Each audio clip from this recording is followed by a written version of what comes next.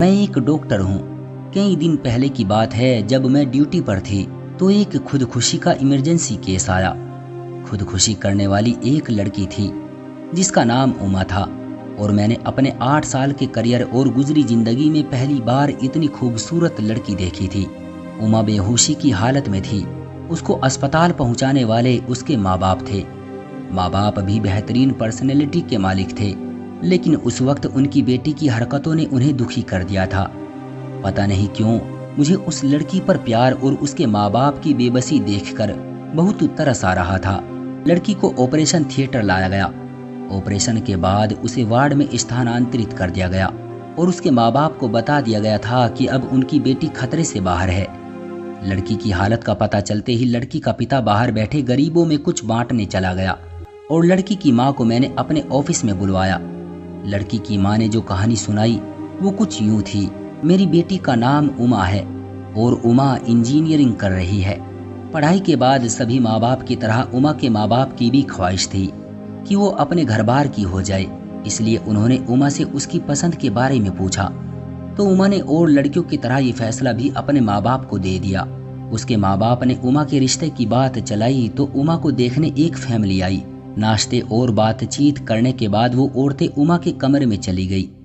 किसी ने उमा से चलकर दिखाने की फरमाइश की, किसी ने बोलने और किसी ने उमा के हाथ की चाय पीने की फरमाइश की।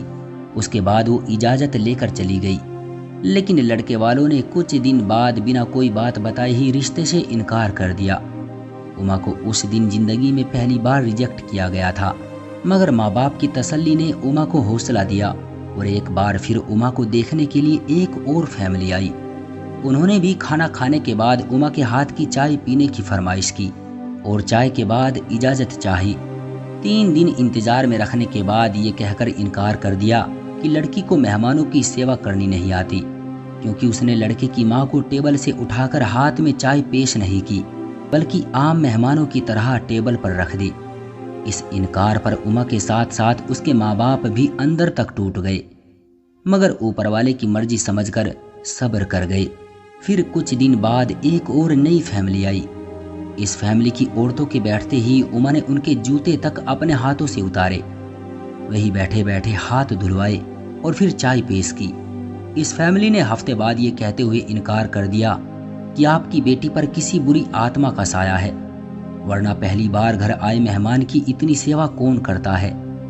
पिछले 8 सालों में 100 से ज्यादा लोग उमा को देखने आए, मगर कोई ना कोई ऐब निकाल कर चले गए। कल एक फैमिली आई थी। उन्होंने लड़की को बाकी हर तरह से ठीक कहा, मगर ये कहते हुए इनकार कर दिया कि लड़की की उम्र ज्यादा हो गई है, और एहसान जताते हुए कहा कि अगर आप ज्यादा मजबूर हैं तो हमारा एक 40 साल का बेटा है जिसकी अपनी दुकान है, उसके लिए उमा को हम स्वीकार कर लेंगे। इतना कहते ही उमा की माँ सिसकियां लेकर रोने लगी और कहा, आप भी तो एक माँ हैं। सोचे, माँ जितनी भी मजबूर हो गैरों के सामने कैसे कह सकती है, और मेरी बेटी कल सारा दिन मेरे सीने से लग कर रोती रही है। कह रही है, लोगों के काबिल होते होते मेरी उम्र ज्यादा हो गई है माँ। और फिर ना जाने कब उसने दुनिया को छोड़ने का फैसला कर लिया, क्योंकि वो कहती थी मेरा मनहूस साया मेरी छोटी बहन को भी माँ बाप की दहलीज पर बूढ़ा कर देगा। मैंने उमा की माँ को पानी पिलाया। इतने में उसका बाप और पीछे पीछे वार्ड बॉय दाखिल हुआ और आकर बताया कि उमा होश में आ गई है। उमा की माँ बिजली की तेजी से वार्ड में पहुंची। उमा का सर उठाकर सीने से लगाया। उमा का पिता और मैं एक साथ कमरे में दाखिल हुए।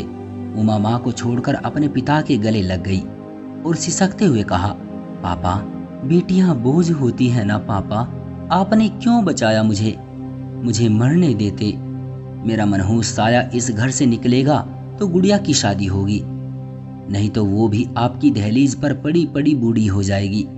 उमा का बाप चुपचाप आंसू बहा रहा था। जब मैंने हालात आउट ऑफ कंट्रोल होते देखे तो उमा को तसल्ली दी और एक इंजेक्शन दे दिया। फिर उमा के माँ बाप को लेकर ऑफिस में आ गई और उनकी बेटियों को अपने दोनों भाइयों के लिए मांग लिया। उमा के माँ बाप की आंखें अचानक आंसू बरसाने लगी, लेकिन इस बार आंसू खुशी के थे। मेरे दोनों भाई डॉक्टर हैं। मैंने उनको अपना फैसला सुना दिया है और वो स्वीकार भी कर चुके हैं। मैं आप लोगों से रिक्वेस्ट करती हूँ, आप शादी लड़की से कर रहे होते हैं, किसी परी से नहीं। किसी की बेटी को रिजेक्ट करने से पहले उसकी जगह अपनी बेटी को रख कर सोचें।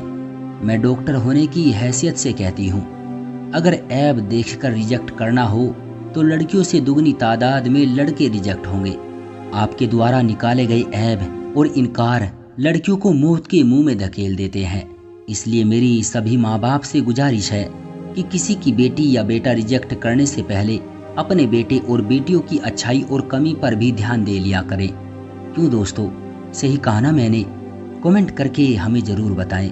वीडियो को लाइक कर दीजिए और इसी तरह की कहानियाँ लगातार देखने के लिए चैनल को सब्सक्राइब करके घंटी को दबाकर ऑल पर सेट कर लीजिए, ताकि आने वाली वीडियो का नोटिफिकेशन आपके पास तुरंत पहुँचे। मैं मिलता हूँ आपसे अगली वीडियो में, तब तक के लिए धन्यवाद।